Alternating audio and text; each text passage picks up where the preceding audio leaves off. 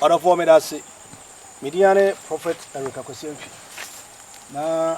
yaba fom sisi a yaba fom so de esi ama yama hanu so hu ne ekoso na ohu se akwadworo nye orofo tie me unya sika memfa nworo dros memfa hwe nufu kase na nufu kase ewo ho anse yewo se nufu wo numa no ewo mu se Isaiah 66 no verse 11 no. O se yenum nufu na yenya nsira na yenya nyansa no. Eno wo ho. Na mo nufu ya de a udi agura bekun. Eto kase udi agura ebekun. Na mo mame moa na hwe adwuma ya odifo kwasentwi akoso ha. Hwe bayerefu. Bayera wa nyina no. Almost 625 ebro 620 ebro se wa na sia so dua bi aka ho enna madwuma yini ka kire me no o se bayere hyefo ha no ebro na mpo ye de enim se enye ni nyina na befifi be se no o hwa ti se atinsam na orofo meka jo se o tinkran no nche se ntumi adwuma ntumi ekwa adwuma afi se na kufu ado ya president ya mampani o kotra ase no fonko akoye campaign dia mpacho be me campaign so mame na bo mabaso mame trata be na enum me famasi afusu me centre afu no me nua ndobaye na mame fa kese kese so e mam papa apostle ko Joseph emeritus opanya me hira na wo hwe ha eye bayerefuo esubrodi wom na efe wo hwe ni sensu aburo na tai ho saa no so me pa cho febrofuo ni nyina so na hwe na omu se enye enumdwa aha enye enumdwa na fe wi asambra back nipa edidi eda akuafo bre se me chiro sika me dia be hye ha ama adana aduane a ebeje onsem nti me pesa obabra ho ase na nso nya sika memfa ntrankan fo abra kurase na be pesika na nkramai wane de onwa adwene se omutiem se osori a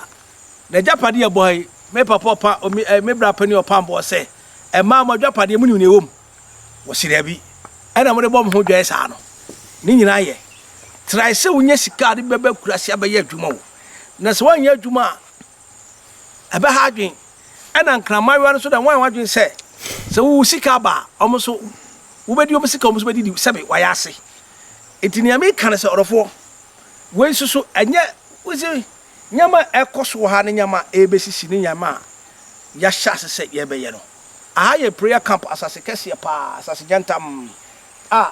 ye be ye onyame adwuma e wo so na ama onyame ani onyam adadi se ba hwe ya happy ya ha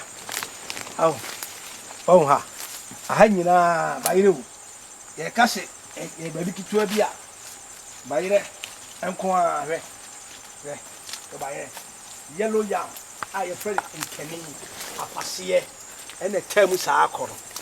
utumi zum unya ni nyina aha eti ni America se brody susu na pagya no na brody dua no obi a wia brody bia due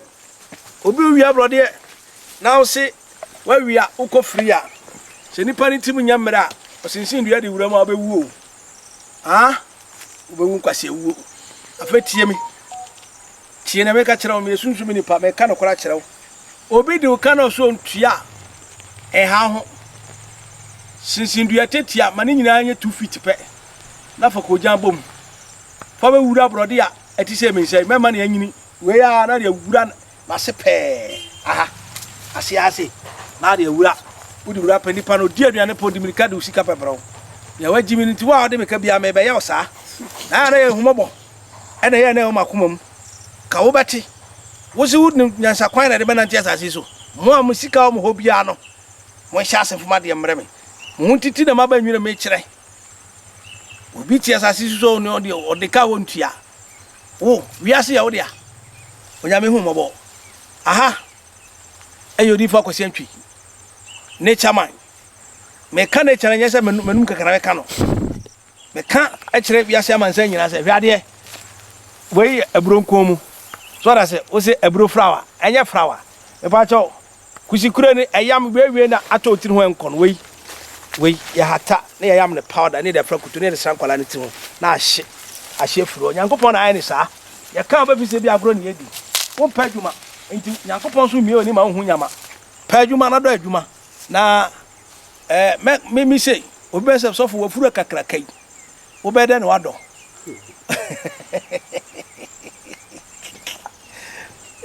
radi we wo papa no ye furo me say je brama wiase nyina ye fa ko tu wiase nyina so ono hwa ha